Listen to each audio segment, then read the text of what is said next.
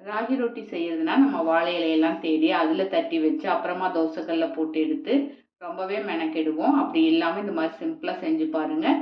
சின்ன வெங்காயம், பச்சை மிளகாய், மல்லி இலை, கருவேப்பிலை எல்லாம் கட் பண்ணி எடுத்து வச்சுக்கலாங்க. 3 கப் ராகி மாவோட தேவையான அளவு உப்பு சேர்த்துட்டு கொஞ்சம் ஜீரகத்தை தேய்ச்சி சேர்த்துட்டு பஜ்ஜி மாவு கன்சிஸ்டன்சிக்கு கொஞ்சம் கொஞ்சமாக தண்ணி சேர்த்து கட்டிகள் இல்லாமல் கலந்து எடுத்துக்கலாங்க.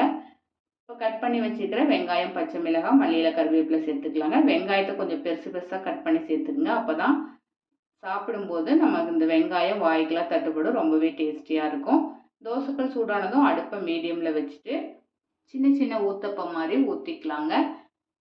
ஒரே டைமில் நான் 3 ஊற்றிருக்கேன் பாருங்கள். இப்போ கொஞ்சம் தாராளமாகவே எண்ணெய் விட்டுக்கலாங்க. கொஞ்சம் திக்காக ஊற்றிக்கிறதால கொஞ்சம் எண்ணெய் தாராளமாகவே விட்டுட்டு நல்லா வெந்ததும் திருப்பி போட்டு திரும்பவும் வேக விட்டு எடுத்தால் ரொம்ப ரொம்ப சுவையான ராகி ரொட்டி ரெடி.